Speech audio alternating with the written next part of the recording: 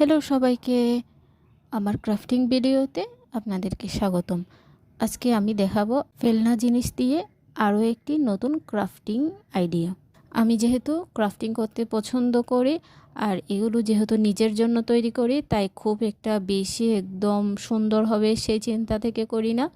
তবে আমি দেখানোর চেষ্টা করি ঘরে থাকা ফেলনা জিনিস দিয়ে কিভাবে সুন্দর সুন্দর এই ধরনের ক্রাফটিং আইডিয়াগুলো বাসায় তৈরি করা যায় সেটাই। এখানে ফার্স্টেই আমি নিয়েছি আমার কেকের পুরনো একটা বোর্ড, সেটাকে আমি প্রথমে সমান 4 ভাগে ভাগ করে নিচ্ছি। এখানে প্রতিটা আমি সমান রাখার চেষ্টা করছি। তারপর এই বোর্ডটাকে আমি 4 ভাগে ভাগ করে কেটে নিব। আর এই বোর্ডগুলো যেহেতু অনেকটাই মোটা হয়, তাই এগুলো কাটতে আমার ভীষণ কষ্ট হয়েছিল।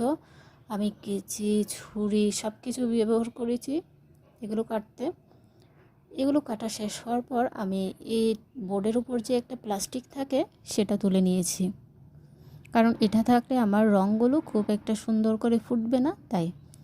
আর তাছাড়া এই বোর্ডগুলোর চারপাশ যেহেতু আমার মসৃণ হয়নি, তাই এখানে আমি সেলোটেপ লাগিয়ে দিচ্ছি যাতে আমার বোর্ডের পাশগুলো থেকে কাগজগুলো উঠে না আসে।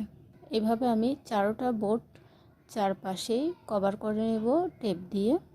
আমি আমার প্রায় প্রতিটাই ক্রাফটিং ভিডিওতে বলে থাকি আমি রিসাইকেলিং করতে পছন্দ করি, তাই ঘরে থাকা ফেলনা জিনিসগুলো দিয়েই আমি এই কাজগুলো করে থাকি। এই জিনিসগুলো মার্কেট থেকে কিনতে গেলে আমাদের অনেক টাকায় খরচ হয়, তাই চাইলে ঘরে থাকা জিনিস দিয়ে আমরা খুব সহজেই এই ক্রাফটিংগুলো নিজেদের জন্য তৈরি করে ফেলতে পারি। আমার চারোটা বোর্ড রেডি হয়ে গেছে। এবার আমি এই বোর্ডের উপর একটা সাদা কোট করে নিচ্ছি। সাদা কোট করলে অন্য রঙগুলো খুব সুন্দর ফুটে ওঠে। যেহেতু এগুলো আমি ফেলনা জিনিস দিয়ে আর বাসার জন্য তৈরি করি, তাই এগুলো খুব বেশি সুন্দর মসৃণ হবে সেই আশা নিয়ে আমি করি না। আমি যতটুকু আমার বেস্ট দিতে পারি ঠিক ততটুকুই দিই। এখানে সাদা কোটটা করা প্রায় আমার অলমোস্ট শেষ হয়ে আসছিল। এই সাদা কোটটা করার কারণ হচ্ছে এটার উপর অন্য রং খুব সুন্দর করে ফুটে ওঠে। এখানে আমি আর টুকু মিলে রং করে নিচ্ছি আমাদের বোর্ডগুলো। এই ধরনের কাজগুলো করার সময় টুকু আমার পাশে ঘুরঘুর করে যাতে ওকে কিছু একটা কাজ আমি করতে দিই।